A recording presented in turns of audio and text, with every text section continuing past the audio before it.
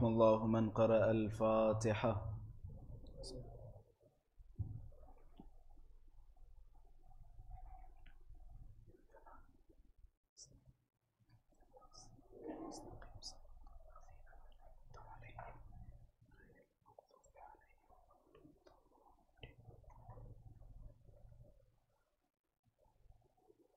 لا حول ولا قوة إلا بالله العلي العظيم. أعوذ بالله من الشيطان اللعين الرجيم. بسم الله الرحمن الرحيم.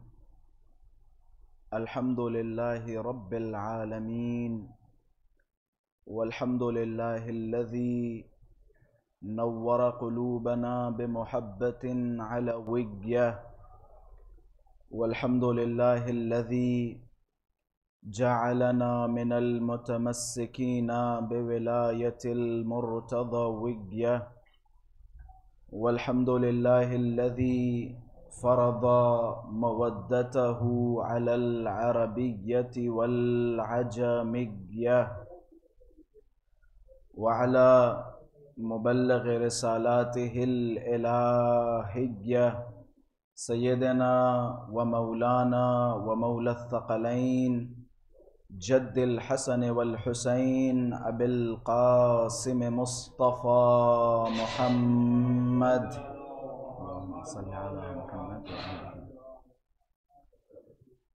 اللهم صل وسلم وزد وبارك على صاحب الدعوة النبوية والصولة الحيدرية والعصمة الفاطمية والحلم الحسنية والشجاعة الحسينية والعبادة السجادية والمعاصر الباقرية والآثار الجعفرية والعلوم الكاظمية والحجج الرضوية والجود التقوية والنقابة النقوية والهيبة العسكرية والغيبة الإلهية الحجة القائمية صلوات الله وسلامه.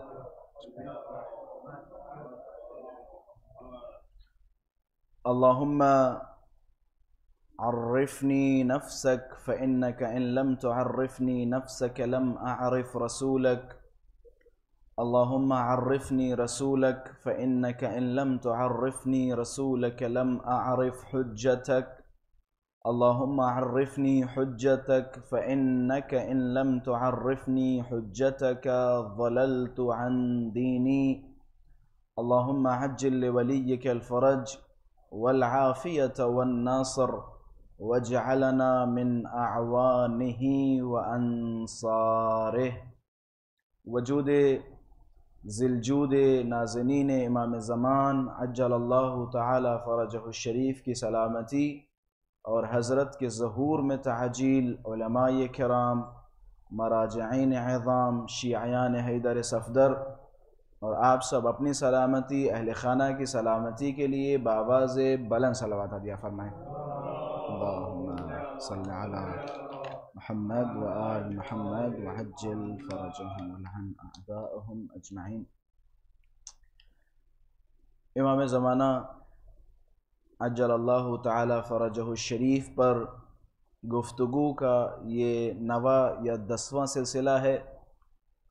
الحمدللہ امام زمانہ کے حوالے سے جہاں تک بندہ حقیر سے ہو سکا آپ حضرات کے سامنے گفتگو کی.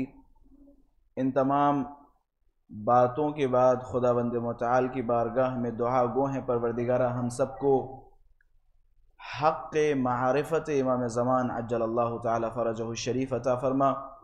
پروردگارہ ہم سب کو منتظرین امام زمان عجل اللہ تعالی فرجہ الشریف میں شمار فرما. پروردگارہ وہ جتنی صفات جو منتظرین امام زمان میں ہونی چاہیے پروردگارہ ان تمام صفات سے ہماری ذات کو آراستہ فرما. پروردگارہ امام زمانہ عجل اللہ تعالی فرجہ الشریف کو سلامت رکھ اور حضرت کے ظہور میں تعجیل فرما. ہم سب کو مولا کے اعوان و انصار میں شمار فرما، حضرت کے ظہور میں تعجیل کے لیے بآواز بلند صلوات عطا فرمائے۔ اللہم صلی علی محمد و آل محمد وعجل فرجہ۔ میرے خیال سے مسلسل امام زمانہ کے حوالے سے گفتگو کرنا آسان ہے، لیکن اس گفتگو کو تحمل کرنا زیادہ سخت ہے۔ میں شکر گزار ہوں مسلسل ایک موضوع پر، بالخصوص امام زمانہ عجل اللہ تعالی فرجہ الشریف کے موضوع پر آپ لوگوں نے سماعت کا مظاہرہ کیا، اور ماشاءاللہ سے بہت سارے چہرے ایسے ہیں جو پہلے ہی منٹ سے آخری منٹ تک رہے اسی فرش اعضا پر۔ میں شکر گزار ہوں ایک ایک انسان کا، ایک ایک فرد کا، ایک ایک مومن کا، کہ جس نے امام زمانہ عجل اللہ تعالی فرجہ الشریف کے ذکر کو احیا کرنے میں حقیر کی مدد کی۔ وگرنہ ہماری خطابت، ظاہر سی بات ہے ایک نقص ہے ہماری خطابت کا، امام زمانہ عجل اللہ تعالی فرجہ الشریف پہ گفتگو بہت شاذ و نادر ہوتی ہے، جبکہ امام زمانہ عجل اللہ تعالی فرجہ الشریف پہ بہت سارے ایسے موضوعات ہیں جو ابھی تک ٹچ نہیں کیے گئے۔ امام زمانہ کا موضوع بہت وسیع ہے، مہدویت بہت وسیع موضوع ہے، لہٰذا ضرورت ہے کہ مہدویت کے موضوع کو مختلف انداز اور مختلف بیان کے ذریعے لوگوں تک پہنچایا جائے۔ امام زمانہ عجل اللہ تعالی فرجہ الشریف کے ساتھ ہم سب کو محشور ہونا ہے، جیسا کہ میں پہلے بھی بیان کر چکا ہوں۔ اگر آپ روایات میں جائیں، تاریخ میں جائیں، احادیث میں جائیں، یقیناً ہم اہل بیت علیہم السلام کے قصے بیان کرتے ہیں، اہل بیت علیہم السلام کی تاریخ بیان کرتے ہیں، اور بیان کرتے ہیں کہ کس طرح سے حضرات معصومین علیہم السلام کو مختلف ادوار میں دھوکہ دیا گیا یا چاہنے والوں نے ساتھ نہیں دیا۔ بے شک ہم یہ سارے کے سارے قصے، یہ سارے کے سارے واقعات اپنی مجلسوں میں بیان کرتے ہیں، اور لوگ انٹرسٹڈ ہو کے سنتے بھی ہیں، لیکن بیان کرنے کا مقصد ہمارا صرف اور صرف یہ نہیں ہوتا ہے کہ ہم محض ایک تاریخی قصے کو یا تاریخی پہلو کو آپ حضرات کے سامنے بیان کریں یا ڈسکشن کریں۔ مقصد یہ ہوتا ہے کہ ان قصات اور واقعات کے ذریعے عبرت یہ لیں کہ جو کام ان لوگوں نے اپنے امام کے ساتھ کیا وہ کام ہم اپنے زمانے کے امام کے ساتھ نہ کریں۔ یہ عبرت ہے ان تمام واقعات اور ان تمام قصات سے۔ ظاہر سی بات ہے وہ غفلتیں جو ان ادوار میں اپنے زمانے کے امام کے ساتھ ہوئیں، کیا وہی غفلت ہمارے زمانے میں اپنے امام کے ساتھ نہیں ہو رہی؟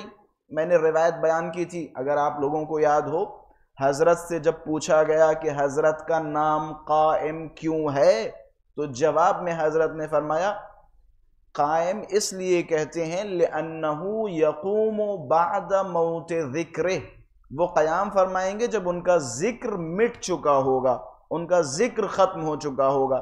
کیا امام زمانہ عجل اللہ تعالی فرجہ الشریف کا ذکر مٹتا ہوا نظر نہیں آ رہا ہے؟ لوگوں کے دلوں میں وہ خواہشیں، لوگوں کے دلوں میں وہ محبت، لوگوں کے دلوں میں وہ معرفت، لوگوں کے دلوں میں وہ انتظار کم ہوتا چلا جا رہا ہے۔ میں نے کل یا پرسوں کی مجلس میں بیان کیا تھا، ایک زمانہ تھا علماء کرام، بزرگان یا بہت سارے عوام میں سے افراد باہر جاتے تھے، شہروں سے باہر جاتے تھے استغاثہ کی غرض سے، مجالس استغاثہ ہوا کرتی تھیں۔ آج بھی ایران و عراق میں مجالس استغاثہ ہوتی ہے۔ مثال کے طور پہ 10 15 20 مومنین جمع ہوئے، جمع ہونے کے بعد کچھ ایسے جملات ہیں کہ جن جملات کے ذریعے امام زمانہ کو طلب کرتے تھے، استغاثہ کرتے تھے، خداوند متعال کی بارگاہ میں روتے تھے۔ دعائے ندبہ ایک طرح سے دعائے استغاثہ ہے، گڑ گڑانا، رونا خدا کی بارگاہ میں، اپنی مشکلات پیش کرنا، یا الہی عظم البلا وبرح الخفا، اے میرے پروردگارہ بلا ہم پہ بہت زیادہ ہو چکی ہے، ہم پریشان ہو چکے ہیں، ہم چاروں طرف سے گرفتار ہو چکے ہیں، ہماری زندگیاں تو بہت اچھی ہیں لیکن ہمارے دل مردہ ہو چکے ہیں، ہم گناہوں میں ملوث ہو چکے ہیں، ہم نے غفلت کی ہے دین اور اسلام سے اور اللہ سے اور اہل بیت سے۔ اے میرے پروردگارہ اس سے پہلے کہ یہ غفلت اور بے دینی بہت زیادہ ہو جائے، امام حجت کے ظہور میں تعجیل فرما، تاکہ ہمیں امام حجت اپنی ہدایات کے ذریعے سیدھے راستے پہ لا کے کھڑا کریں۔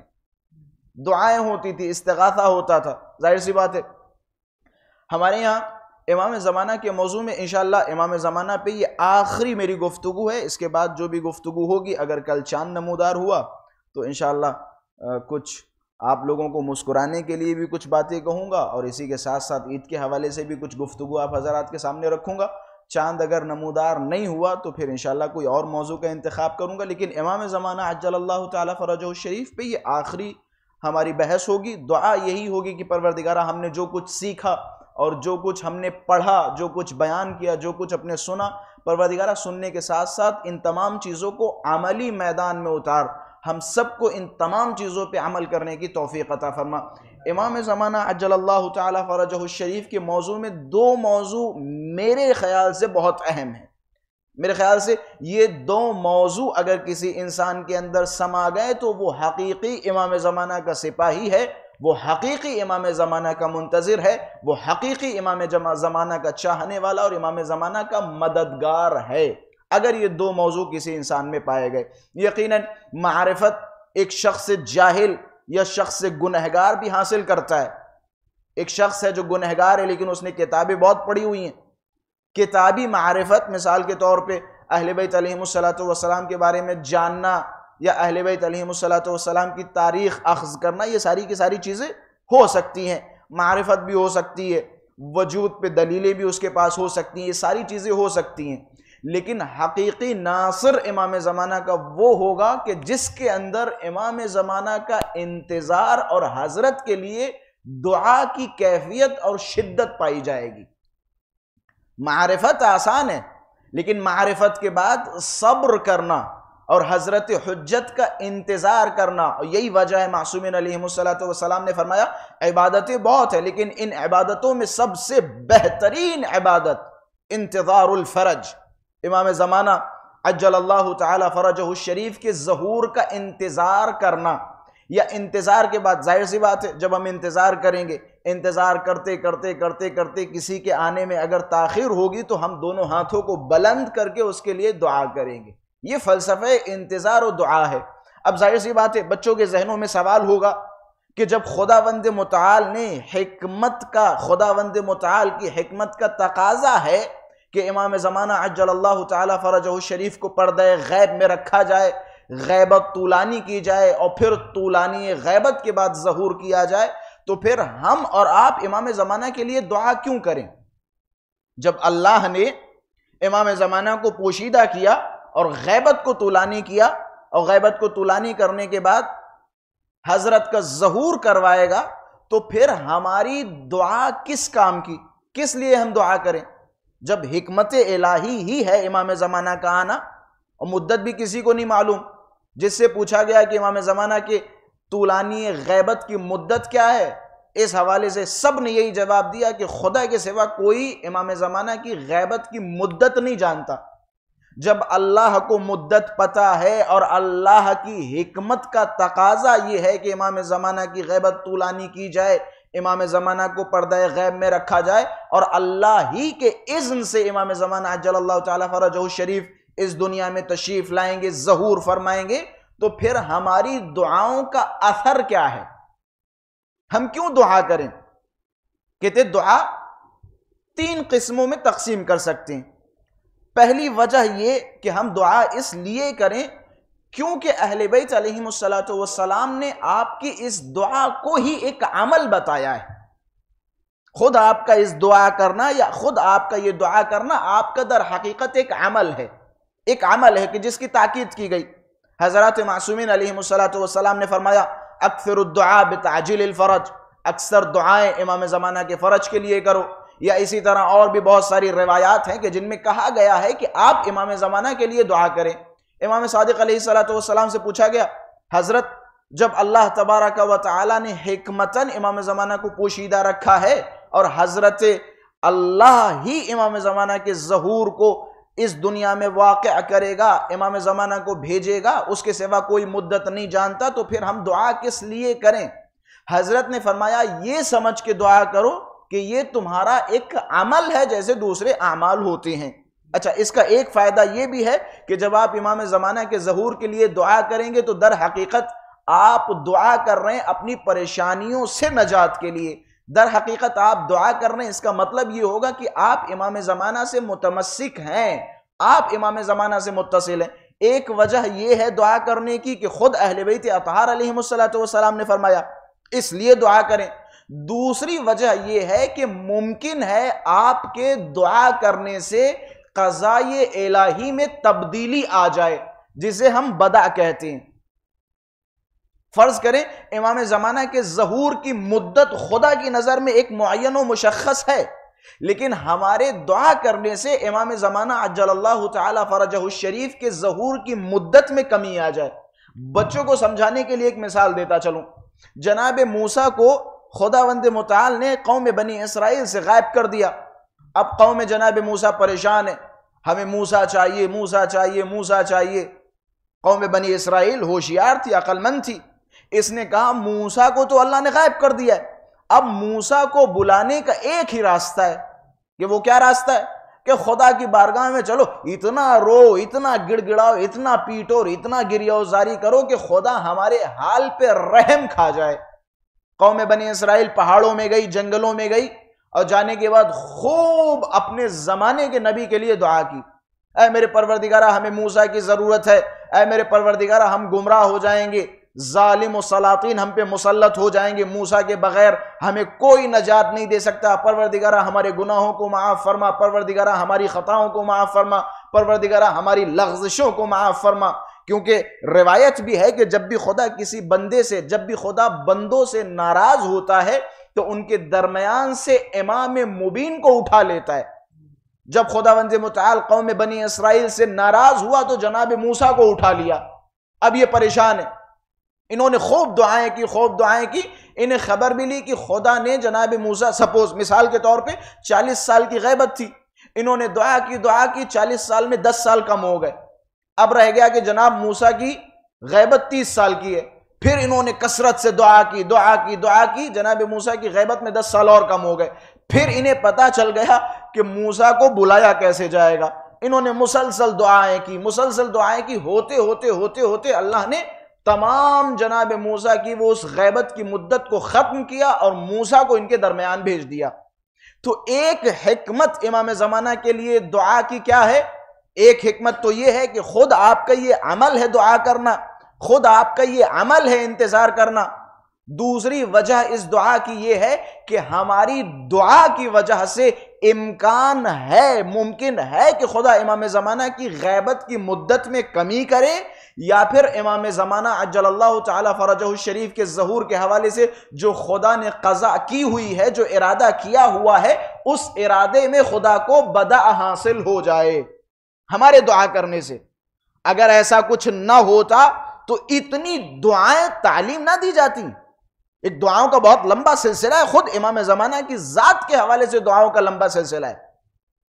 میں نے بدع کے حوالے سے بیان کیا تھا، بدع یعنی اللہ ایک فیصلہ کرتا ہے، اس فیصلے میں تبدیلیاں بھی لا سکتا ہے۔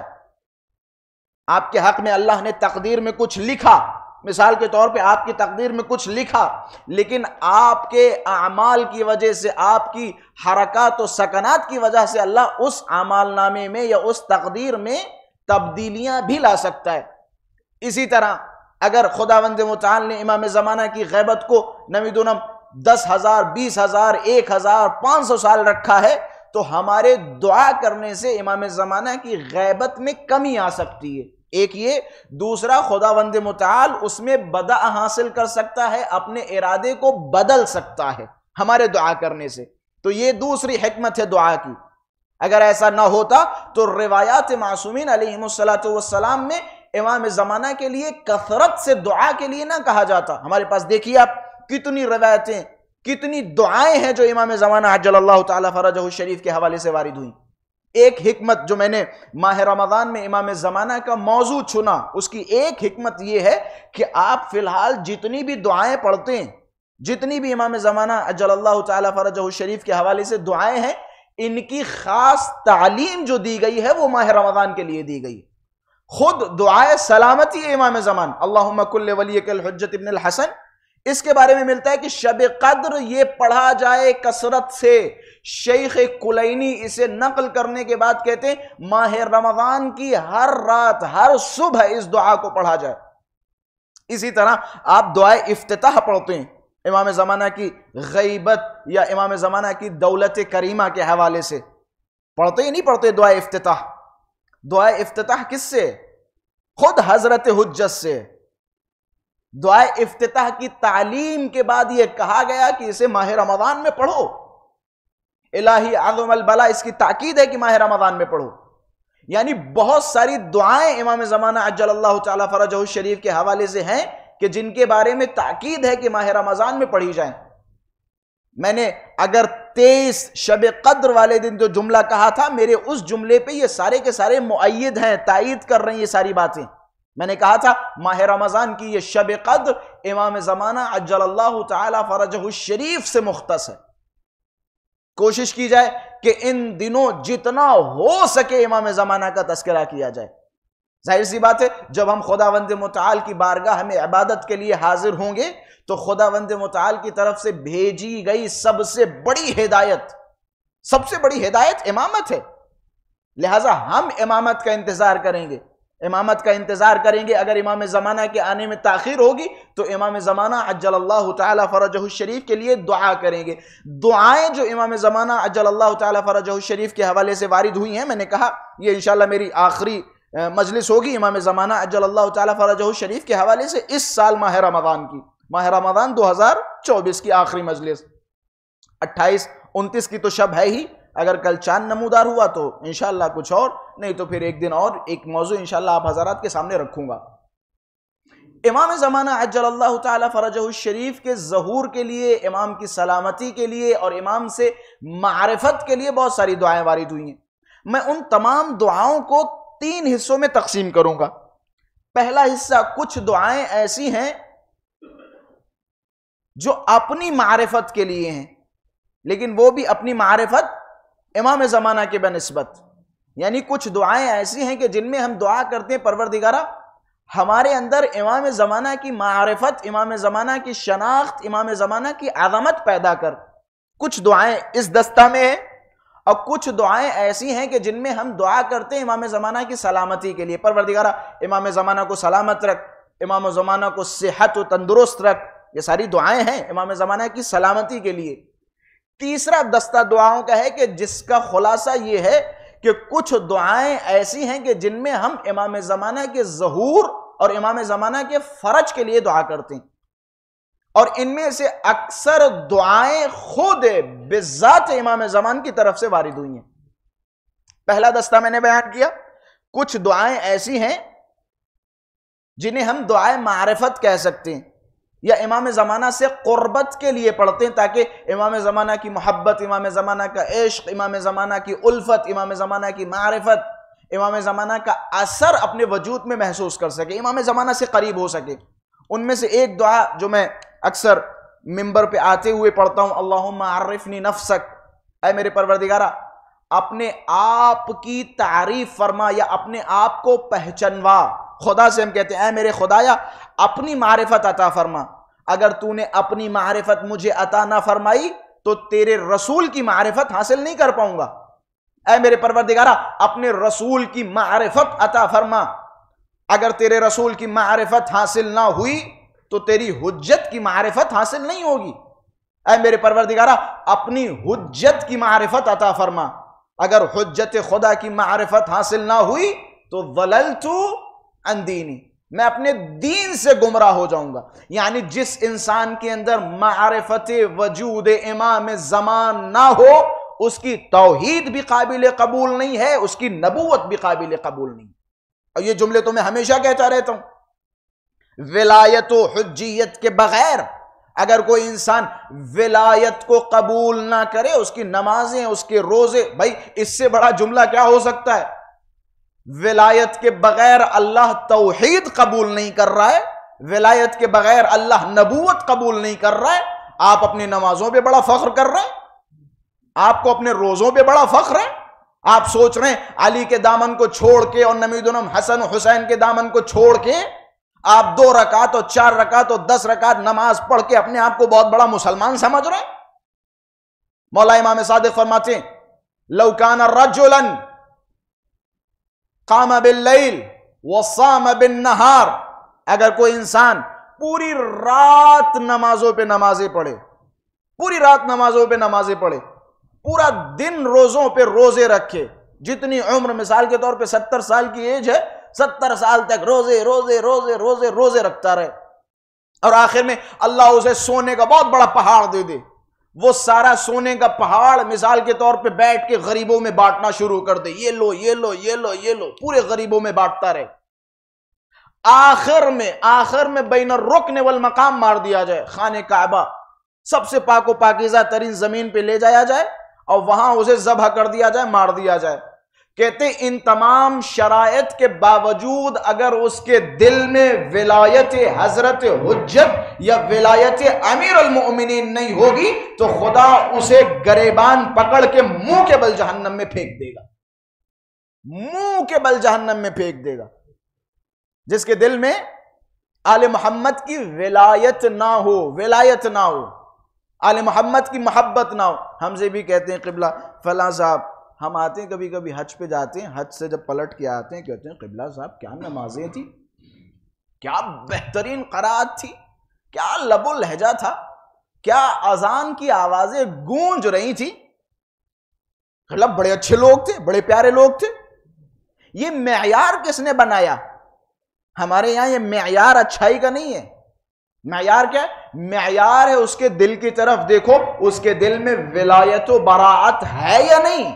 حل الدین الا الحب والبغض، دین محبت و دشمنی کے سوا بھی کچھ ہے؟ جناب موسیٰ سے اللہ نے فرمایا موسیٰ تم نے میرے لیے کیا کیا؟ جناب موسیٰ نے گنوانا شروع کیا، پروردگارہ میں نے نمازیں پڑھی، پروردگارہ میں نے روزے رکھے، پروردگارہ میں نے یہ کیا، پروردگارہ میں نے سجدے کیے، پروردگارہ میں نے رکوع کی، پروردگارہ میں نے قیام کیا، پروردگارہ میں نے تشہد و سلام کیا، پروردگارہ یہ کیا، پروردگارہ وہ کیا۔ اللہ نے کہا موسیٰ یہ سارا کا سارا تم نے اپنے لیے کیا، نماز تم نے اپنے لیے پڑھی، نماز پڑھی تاکہ جہنم کی آگ سے محفوظ رہو، روزے رکھے تاکہ جہنم کی آگ سے محفوظ رہو، زکوٰۃ دی مثال کے طور پہ تاکہ جہنم کی آگ سے محفوظ رہو، خمس ادا کی اس لیے تاکہ تم خود جہنم کی آگ سے محفوظ رہو۔ میرے لیے کیا کیا؟ جناب موسیٰ پریشان، اے میرے پروردگارہ تیرے لیے کون سا عمل کیا جائے؟ آواز غیبی آئی کہ موسیٰ اگر میرے لیے کچھ کرنا ہے تو مجھ سے محبت کرنے والوں سے محبت کر اور مجھ سے دشمنی کرنے والوں سے دشمنی کر، یہ عمل میرے لیے۔ نماز و روزہ یہ سارا کا سارا خود تمہارے لیے، یہ ساری عبادتیں خود تم اپنے لیے کر رہے ہو، اہل بیت اطہار کے لیے کیا کر رہے ہو، امام زمانہ کے لیے کیا کر رہے ہو، خدا کے لیے کیا کر رہے ہو۔ بعض اوقات ہوتا ہے ہم جب حج سے آتے ہیں، عمرے سے آتے ہیں، مثال کے طور پہ بڑے اچھے آدمی تھے، بڑے خوبصورت آدمی تھے، نمازی تھے، روزے دار تھے، بڑے پیار سے مسکرا کے باتیں بھی کر رہے تھے، جنتی ہیں، نمیدونوں میں ایسے ہیں، جنت میں اعلیٰ مقام ہوگا۔ بھائی جنت میں اعلیٰ مقام ہونے کے لیے اس کی ولایت بھی تو دیکھو۔ قبلہ ہاؤ از اٹ پاسبل کہ ایک انسان اتنا اچھا بھی ہو، ایسا بھی ہو، ویسا بھی ہو، لیکن وہ علی کو نہ مانتا ہو، وہ کیسے ممکن ہے جہنم میں جائے گا؟ اچھا میرا آپ سے سوال، شیطان کس کا مخالف تھا؟ شیطان کس کا مخالف تھا؟ اللہ کا مخالف تھا، اللہ کا مخالف تھا۔ فلاں صاحب یا اللہ یا اللہ یا اللہ چلاتے رہتے، اللہ کی محبت بڑی دل میں، یا رسول اللہ اے کالی کملی والے لبیک یا رسول اللہ خوب نعرے لگاتے، رسول اللہ سے بھی بڑی محبت ہے، لیکن علی کے معاملے میں تھوڑے سست ہیں۔ ایسوں کا حال کیا ہوگا؟ میں نے کہا ایسوں کا حال آپ کو پتا کرنا ہو تو پہلے یہ دیکھو شیطان کا حال ہوا کیا۔ ایسوں کا حال پتا کرنے کے لیے پہلے یہ دیکھو شیطان کا کیا حال ہوا۔ شیطان کس کا مخالف تھا؟ اللہ کا مخالف تھا؟ اللہ کا مخالف تو تھا نہیں۔ اللہ کہہ رہا تھا شیطان سے اسجدوا لہ، آدم کے لیے سجدہ کرو۔ شیطان کیا کہہ رہا تھا؟ پروردگارہ تو اجازت دے تیرے لیے سجدے کروں، تیرے لیے نمازیں پڑھوں، تیرے لیے لمبی لمبی رکوعیں کروں، لیکن میں اس آدم کے لیے سجدہ نہیں کروں گا۔ سمجھ میں یہ آتا ہے کہ آدم کا مخالف تھا، یا الفاظ بدل کے کہوں اللہ کے ولی کا مخالف تھا، اللہ کا مخالف نہیں تھا۔ اللہ کے ولی کا مخالف تھا، اللہ کا مخالف نہیں تھا۔ اچھا، اللہ نے اس کے جواب میں کیا کیا؟ آپ جو مجھ سے کہہ رہے ہیں کہ فلاں صاحب کے دل میں اللہ کے لیے بڑی محبت ہے، میں آپ سے کہوں گا شیطان کے دل میں کیا اللہ کے لیے محبت نہیں تھی؟ لمبی لمبی نمازیں پڑھنے کا وعدہ کر رہا ہے اللہ سے، بس یہ کام مت کروا ہے میرے پروردگارہ، باقی میں تیرا مطیع ہوں، فرما بردار ہوں۔ اللہ نے اس کے جواب میں کیا فرمایا کہ جو میرے ولی کا مخالف ہوگا وہ میرا مخالف ہے، او خروجو، یہاں سے نکل جا۔ شیطان کو نکال دیا۔ اب قضیہ کتنا آسان ہو گیا سمجھنے میں، یعنی قصہ و کہانی یا خلاصہ یہ ہے کہ اللہ نے اپنے ولی کے مخالف کو اپنے دربار سے نکال دیا۔ اب اگر آپ کوئی آ کے آپ سے کہے کہ جناب اللہ سے بڑی محبت کرتے ہیں، رسول اللہ سے بڑی محبت کرتے ہیں، لیکن علی کے معاملے میں گرفتار ہو جاتے ہیں، تو ہاتھوں کے جوڑ کے ان سے کہیے گا فلاں صاحب کا حال وہی ہوگا جو شیطان کا ہوا، ان کا حال وہی ہوگا جو شیطان کا ہوا۔ شیطان بھی تو اللہ کا مخالف تھا نہیں، اللہ کا مخالف تھا نہیں، آدم کا مخالف تھا۔ اللہ نے قاعدہ و قانون بنا دیا، دیکھو جو ہمارے ولی کا مخالف ہوگا وہ ہمارا مخالف ہوگا، جو علی کا مخالف ہے وہ در حقیقت اللہ کا مخالف ہے۔ اللہ نے ایک قاعدہ بنایا، اللہ نے ایک قانون بنایا ہے کہ مجھ تک اگر آنا ہو تو صراط مستقیم یعنی علی ابن ابی طالب کے راستے سے آؤ۔ دل میں اگر کسی انسان کے ولایت نہیں ہے، آل محمد سے محبت نہیں ہے، وہ کتنا ہی بڑا متقی پرہیزگار اور زاہد اور نمازی اور روزے دار ہو، بغیر ولایت علی، بغیر محبت علی خدا کے سامنے جائے گا، یہی نمازیں اس کے گلے کا طوق ہوں گی، یہ روزے تماچوں کی صورت میں گالوں پہ مار دیے جائیں گے اگر بغیر ولایت علی یہ روزے پیش کیے گئے خدا کی بارگاہ میں۔ بغیر ولایت علی عبادتیں قبول نہیں ہیں۔ انسان کو پہچاننے کا معیار، یہ میں آپ کو بتا دوں کھل کے، دور آخر الزمان ہے۔ دور آخر الزمان میں دھوکہ دینا اور دھوکہ کھانا بڑا آسان ہے۔ 2 منٹ میں کوئی بھی آپ کے سامنے آ سکتا ہے اور آنے کے بعد اپنے عقائد، اپنے نظریات سے آپ کو دھوکہ دے سکتا ہے۔ اس کے دل میں کیا چل رہا ہے، ظاہر اس کا کیسا ہے، بناوٹی ظاہر 2 منٹ میں آپ کو دھوکہ دے دے۔ اور خاص کر کے آخر الزمان میں تقدس کا دھوکہ بہت زیادہ ہے۔ تقدس کا دھوکہ یعنی مثال کے طور پہ اگر کوئی انسان آپ کے سامنے آ کے جیسے ہی آپ کے کاندھے سے کاندھا لگ رہا ہے اور فوراً کہے سوری سوری سوری سوری، نو نو نو نو نو، مثال کے طور پہ آپ فوراً کہیں گے جناب کتنے خوش اخلاق ہیں، جناب کا ادب کتنا اچھا ہے۔ جناب کا ادب کسی بڑے آدمی، کسی پیسے والے کے سامنے سوری کرنے سے ثابت نہیں ہوتا۔ جناب کا ادب تب ثابت ہوگا کسی ایسے انسان کے سامنے ادب دکھائیں جس کی اوقات بالکل زیرو، تب ادب ثابت ہوگا۔ کسی طاقتور انسان کے سامنے منکسر ہونا بڑا آسان ہے۔ طاقتور انسان کے سامنے منکسر ہونا، تواضع پیش کرنا بہت آسان ہے، بہت آسان، اور ہر انسان یہ کام کرتا ہے۔ ادب و احترام یا آپ کا تواضع یا آپ کی انکساری تب ثابت ہوتی ہے جب آپ کسی ایسے کے سامنے ادب دکھائیں، کسی ایسے کے سامنے انکساری کا مظاہرہ کریں، کسی ایسے کے سامنے تواضع کا مظاہرہ کریں جس کی اوقات معاشرے میں زیرو، جس کے پاس کوئی طاقت نہ ہو، کوئی قدر نہ ہو۔ بے شک یہاں جو آپ کسی بڑے آدمی کا احترام کر رہے ہیں غلط نہیں ہے، صحیح ہے، اچھا ہے، لیکن اس سے بھی اچھا تب ہے جب کسی غریب، کسی بے بس، کسی لاچار کے سامنے آپ اپنا اخلاق پیش کریں۔ طاقتور انسان کے سامنے اخلاق پیش کرنا بڑا آسان ہے اور ہر انسان اخلاق پیش کر دیتا ہے۔ تو خلاصہ یہ جو دور ہے، دور آخر الزمان، اس میں تقدس کا دھوکہ بہت زیادہ ہے۔ تقدس کا دھوکہ یعنی کیا؟ ایک شخص ہے جو آپ کے سامنے بہت متقی، بہت پرہیزگار، بہت زاہد ہے، لیکن اس کی خلوتیں بہت گندی ہیں، اس کا باطن بہت گندا ہے، تو تقدس کے دھوکے میں نہ ہے۔ ایسی صورت میں اچھے اور برے کو پہچاننے کا طریقہ کیا ہوگا؟ آخر الزمان میں جہاں اتنا زیادہ ظاہر و باطن مخلوط ہوگا، حق و باطل مخلوط ہوگا، تو ایسے سچویشن میں اچھے اور برے میں تمیز اور تشخیص دینے کا راستہ کیا ہے؟ اہل بیت اطہار نے فرمایا آخر الزمان میں اگر تمہیں پہچاننا ہو اچھائی اور برائی تو اس کے دل کی طرف دیکھو، اگر اس کا دل ہماری طرف رغبت کر رہا ہے تو وہ اچھا، اس کا دل اگر ہم سے منحرف ہے تو وہ اچھا نہیں ہو سکتا ہے۔ اس کے دل کی طرف دیکھو، کیا اس کے دل میں ہمارے لیے ولایت و محبت اور ہمارے دشمنوں کے لیے نفرت ہے یا نہیں؟ ہے یا نہیں؟ جناب حضرت امیر اور ان کے ساتھی جناب کمیل، ہم دعا پڑھتے ہیں، دعائے کمیل بن زیاد۔ جناب کمیل کا جب زیارت آپ پڑھیں گے، جناب کمیل کی زیارت کے لیے جب آپ جائیں گے تو جناب کمیل کی زیارت نامے میں ایک لفظ ہے، سلام ہو آپ پر اے صاحب اسرار امیر المؤمنین۔ حضرت کمیل کی زیارت نامے کا یہ لفظ ہے، سلام ہو آپ پر جو امیر المؤمنین کا رازدان تھا یا رازدان ہے۔ رازدان کسے کہتے ہیں؟ جس کے پاس کسی کے سیکرٹس ہوں۔ رازدان کس کا رازدان؟ علی ابن ابی طالب کا۔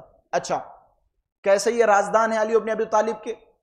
میں نے تاریخ میں دیکھا، روایات میں دیکھا، حضرت امیر راتوں میں کوفہ کے باہر آتے تھے، کمیل کے ہاتھ کو اس طرح سے پکڑتے تھے، کوفہ سے وادی السلام تک جاتے تھے، پھر وہاں سے پلٹ کے آتے تھے۔ اسی دوران جناب کمیل کو بہت سارے راز و اسرار امیر المؤمنین سکھاتے تھے۔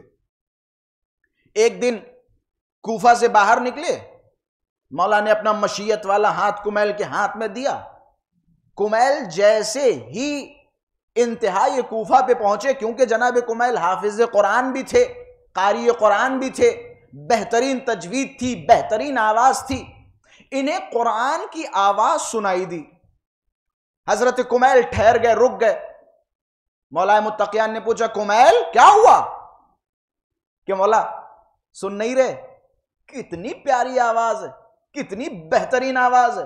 مولا یہ شخص جنتی ہے۔ جیسے یہ لفظ کا مولا نے ہاتھ چھوڑا کہ کمیل علی کے ساتھ رہتے ہو، تمہیں یہ بھی نہیں پتا جنتی اور جہنمی کی پہچان کیسے کرتے؟ کمیل کے ہاتھ کو چھوڑ دیا۔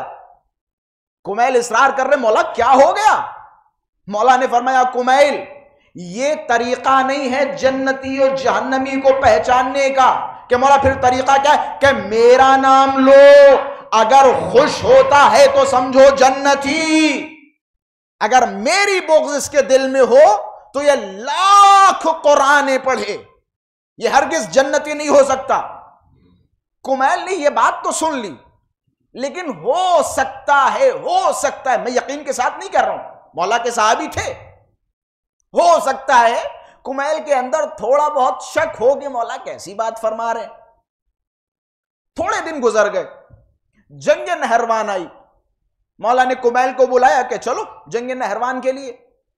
جنگ نہروان میں مولا نے علم غیب کے ذریعے جناب کمیل کو بتایا کہ کمیل انشاءاللہ اس جنگ میں ہمارے 8 بھی مارے نہیں جائیں گے اور دشمنوں میں سے 8 بھی نہیں بچیں گے۔ جناب کمیل اس جنگ میں شریک ہوئے، ویسا ہی ہوا جیسا حضرت امیر نے فرمایا تھا۔ جنگ ختم ہو گئی، مولا کے ہاتھ میں ذوالفقار سے خون ٹپک رہا ہے۔ مولا نے اسی طرح جس طرح کمیل کے ہاتھ کو پکڑ کے کوفے کی طرف جایا کرتے تھے، ٹھیک اسی طرح مولا نے کمیل کے ہاتھ کو پکڑا کہ کمیل آ جاؤ۔ ایک ہاتھ میں حضرت کی تلوار ہے، ایک ہاتھ میں کمیل کا ہاتھ، ایک ایک سر پہ تلوار رکھنی شروع کی۔ حضرت ایک ایک سر پہ تلوار رکھ رہے ہیں، تلوار رکھتے رکھتے کمیل کی طرف دیکھ رہے ہیں، کمیل دیکھو، اسے دیکھو، اسے دیکھو۔ ایک کٹے ہوئے سر پہ پہنچے، حضرت نے اپنی خون آلود ذوالفقار اس کے سر پہ رکھی کہ کمیل ذرا اس سر کی طرف دیکھو، کیا تم اسے جانتے ہو؟ بس جیسے ہی کمیل نے دیکھا زمین پہ بیٹھ گئے اور زبان پہ لفظ تھے استغفر اللہ ربی واتوب الیہ کہ مولا یہ وہی سر ہے جو راتوں میں قرآن کی تلاوت کیا کرتا تھا، یہ وہی سر ہے جو راتوں میں قرآن پڑھا کرتا تھا۔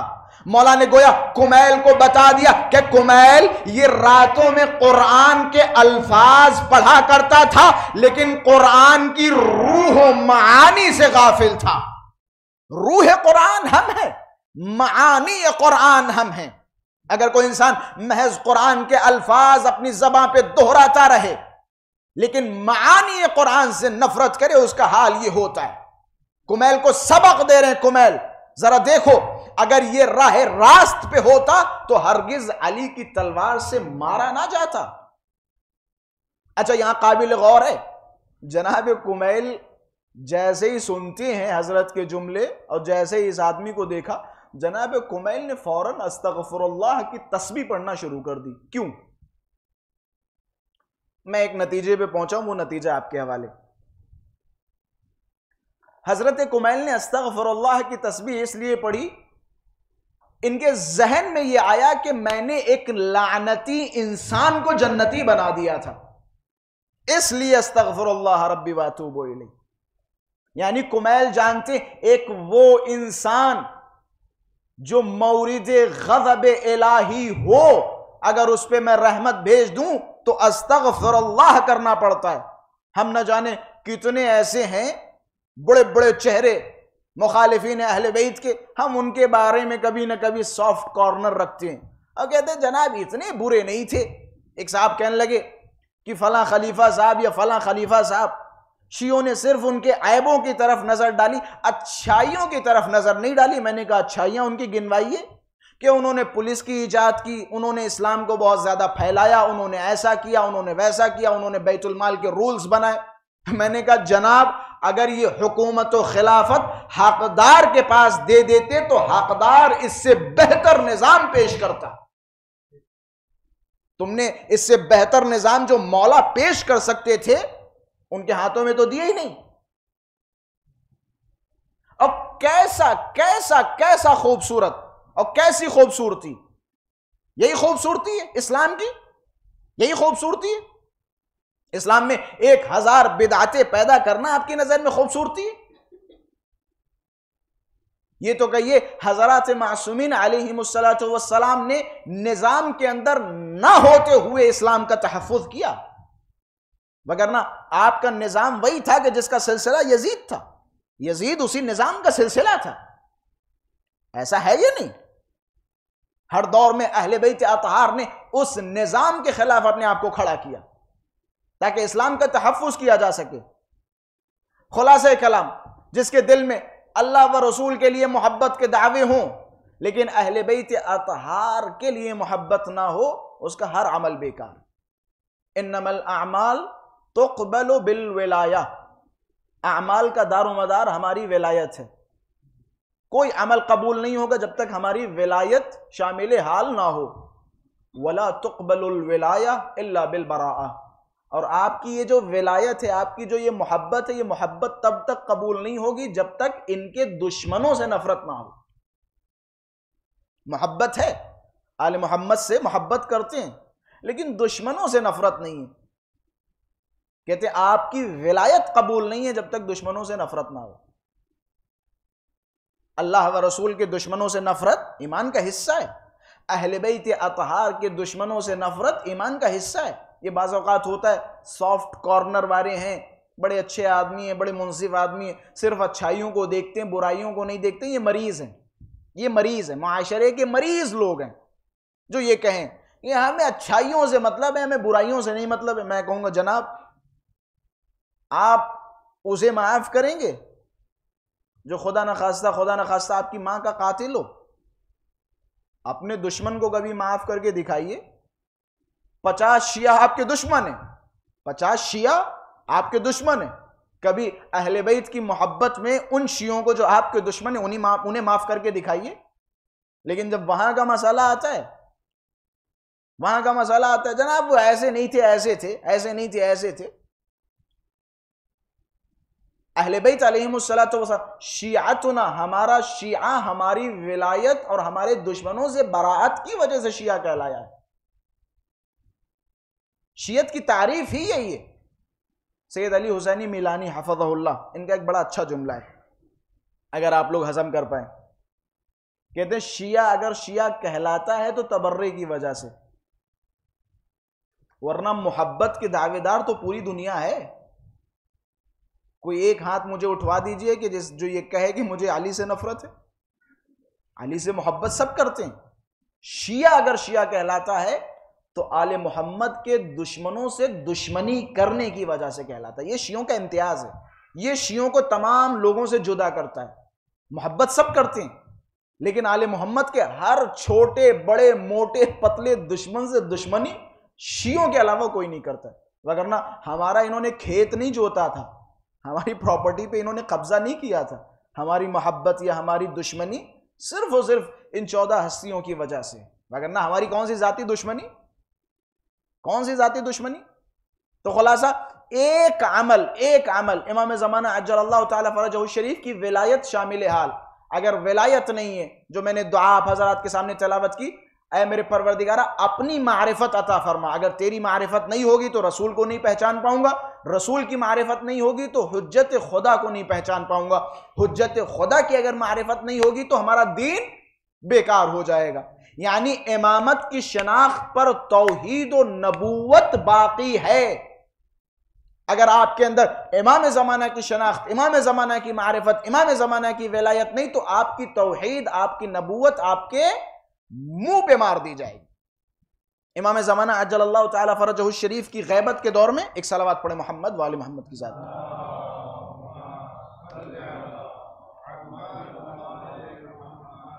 خیر اب وقت نہیں رہ گیا میں ان دعاؤں کی وضاحت کروں، لیکن جلدی جلدی 5 منٹ میں یہ دعائیں بتا دو تاکہ بچوں تک بات پہنچ جائے۔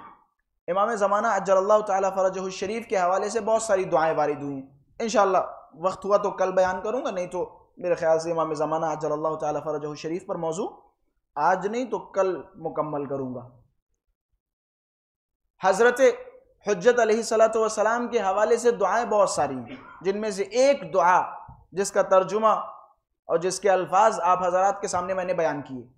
امام کی اگر معرفت نہیں تو نبوت و توحید آپ کی بیکار ہے، اور یہی وجہ ہے کربلا یہ معلّہ میں امام حسین علیہ السلام کو جو مارنے آئے تھے، کیا وہ موحد نہیں تھے؟ کیا وہ اہل توحید نہیں تھے؟ نہیں تھے اہل توحید؟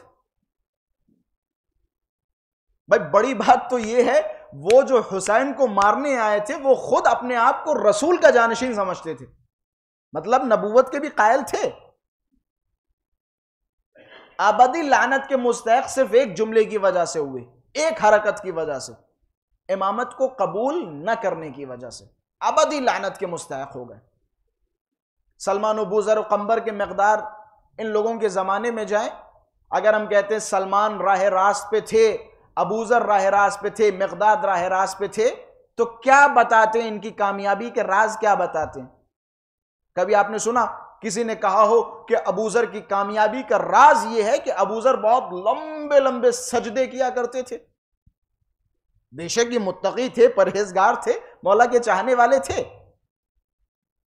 لیکن بیان کرنے والا اور لکھنے والا بھی جانتا ہے کہ ان چیزوں سے زیادہ اہمیت اس چیز کی ہے جو ابوذر و مقداد و قمبر میں تھی۔ حضرت نے فرمایا ابوذر اشد فی الولایہ والبراءہ، ابوذر کے اندر ولایت و براعت کوٹ کوٹ کے بھری ہوئی تھی، کھلم کھلا علی کے محب تھے اور کھلم کھلا علی کے دشمنوں سے نفرت کرتے تھے۔ یہی وجہ تھی جب خلیفہ سوم کا دور حکومت آیا، یہ ابوذر سے پریشان ہوئے، انہوں نے ابوذر کو شام بھیج دیا۔ جب ابوذر شام پہنچے، ایک اونٹ پہ کچھ لدا ہوا جا رہا تھا، جناب ابوذر نے چاقو نکالا اور اس میں مارنا شروع کر دیے۔ پوچھا پہلے یہ کیا ہے؟ کہ خلیفہ کے لیے، امیر کے لیے پینے کا بہترین پانی ہے، بہت دور سے آیا ہے پینے والا پانی۔ جناب ابوذر نے چاقو نکالا اور مارنا شروع کر دیا۔ جب زمین پہ بہا تو کیا تھا؟ شراب۔ جمع کیا لوگوں کو، آؤ بھائی یہ ہے تمہارا انتخاب، یہ ہے تمہارا امیر جو شرابی ہے، یہ شراب پینے کے لیے منگوا رہا ہے۔ لوگوں نے بغاوت کرنا شروع کی، یہ پریشان ہو گئے کہ یہ تو ہمارے لیے خطرہ ہے۔ ابو ذر کو پھر پکڑا، خط لکھا کہ اس آفت کو دوبارہ ہم تمہاری طرف بھیج رہے ہیں۔ پھر دوبارہ انہیں مدینے بھیج دیا گیا۔ 2-3 چکر لگانے کے بعد کیا کیا؟ جناب ابو ذر کو نظر بند کر دیا۔ اب ظاہر سی بات ہے کھلم کھلا تو ابو ذر کو مار نہیں سکتے تھے، صحابی رسول ہے۔ انہوں نے پابندیاں لگا دی، ابو ذر سے کوئی مل نہیں سکتا۔ ابو ذر کو مدینے سے نکالنے کا پورا پلان ہو گیا۔ حضرت امیر کو خبر ملی، حضرت امیر روایتوں میں ہے چپکے سے ابو ذر سے ملنے کے لیے گئے۔ حضرت امیر نے ابو ذر کو بشارت دی کہ ابو ذر، روضہ نامی مقام پہ تمہاری شہادت واقع ہوگی، تمہیں کفن بھی ملے گا، تمہیں غسل بھی دیا جائے گا، تمہیں دفن بھی کیا جائے گا، تمہاری قبر کا نشان بھی قیامت تک باقی رہے گا۔ میں کہوں گا ابو ذر، تم نے راہ علی میں مشقتیں اٹھائیں، تکلیف کا سامنا کیا، لیکن راستے میں بھی تمہاری موت واقع ہوئی، تب بھی تمہیں کفن ملا، دفن کیا گیا، نماز جنازہ پڑھائی گئی۔ لیکن آؤ ذرا کربلا کی جلتی ہوئی خاک پر، نہ جانے کتنے لاشیں ہیں جو بے گور و کفن کربلا کی جلتی ہوئی ریت پہ پڑے ہیں۔ امام حسین کی انتہا یہ مظلومیت یہ ہے کہ جب حضرت کربلا یہ معلیٰ کی سرزمین پہ پہنچے، حضرت نے قبیلہ بنی اسد کو بلایا کہ تمہاری یہ زمین عنقریب آباد ہو جائے گی، یاد رکھنا جو بھی ہمارا زائر تمہاری اس سرزمین پہ آئے 3 دن اسے مہمان رکھنا، نہ اسے کھانے کی کوئی تکلیف ہو، نہ پینے کی تکلیف ہو، نہ رہنے کی تکلیف ہو۔ میں ہاتھوں کو جوڑوں گا، اے میرے بے کس مولا، اے میرے بے آزرا مولا، جس نے خود اپنے آپ کو بھوکا و پیاسا رکھا لیکن چاہنے والے کو کسی طرح بھوک و پیاس کی شدت سے پریشان نہ ہونے دیا۔ بنی اسد کے لوگوں کو بلایا کہ اے بنی اسد کے لوگوں، 10 محرم کو ہمیں اسی سرزمین پہ مار دیا جائے گا۔ جب ہمیں مار دیا جائے تو تم ہمارے پاس آنا اور ہمارے لاشوں کو دفنا دینا۔ روایتوں کے الفاظ ہیں، یہ حسین کی انتہا یہ مظلومیت ہے، ہمارے لاشوں کو دفنا دینا۔ پھر امام نے بنی اسد کی عورتوں کو بلایا، عورتوں سے حضرت نے خطاب کیا کہ اے بنی اسد کی عورتوں، ہو سکتا ہے تمہارے مردوں کو نظر بند کر دیا جائے، تمہارے مردوں کو آنے نہ دیا جائے۔ اگر تمہارے مردوں کو آنے نہ دیا جائے تو تم کسی بہانے سے، پانی بھرنے کے بہانے سے نکلنا اور ہمارے لاشوں کو سپرد خاک کر دینا۔ اس سے بھی بڑی حضرت کی مظلومیت یہ تھی، حضرت نے ننھے بچوں کو بلایا، اے بنی اسد کے بچوں، اگر تمہارے والدین نہ آ سکے تو تم ننھے ہاتھوں سے کھیلنے کے بہانے آنا، ہمارے لاشوں کو دفن کر دینا۔ میں ہاتھوں کو جوڑوں گا، اے میرے آقا، اے میرے مولا، آپ نے سب سے وصیتیں کی، سجاد اپنے کانوں سے وہ ساری وصیتیں سن رہے ہوں گے، سجاد کے کلیجے پہ کیا گزر رہی ہوگی۔ یہی وجہ ہے جب سید سجاد سے جابر بن عبداللہ انصاری نے پوچھا کہ اے مولا سجاد، آپ کے لیے سخت ترین وقت کربلا کا کون سا تھا؟ مولا نے فرمایا، ارے میرے لیے سخت ترین وقت یہ تھا کہ میرے بابا کو کوئی نیزہ مار رہا ہے، کوئی تیر مار رہا ہے، کوئی تلوار مار رہا ہے، میرا بابا گھوڑے سے زمین پہ گرا، ارے گھوڑے کی ٹاپوں نے میرے بابا کے لاشے کو پامال کر دیا۔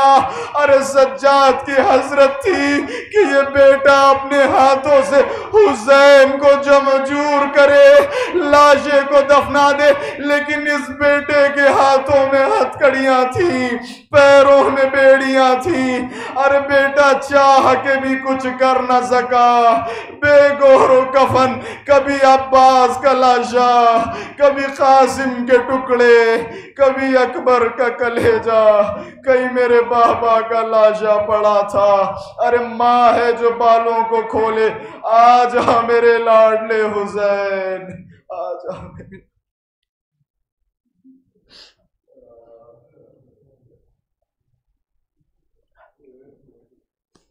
اللہ لعنت اللہ علی القوم الظالمین، انا للہ و انا الیہ راجعون۔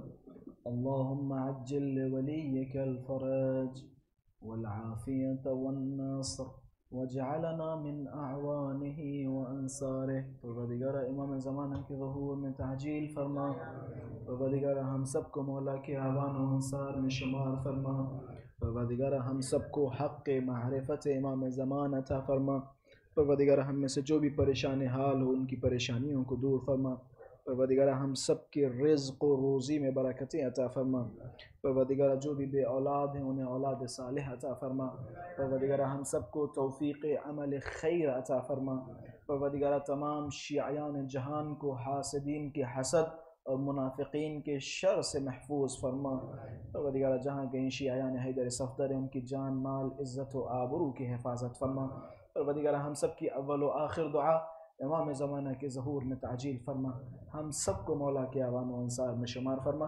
دونوں ہاتھوں کو بلند کر کے امام زمانہ عجل اللہ تعالی فرجہ الشریف کی سلامتی کے لیے دعا کریں۔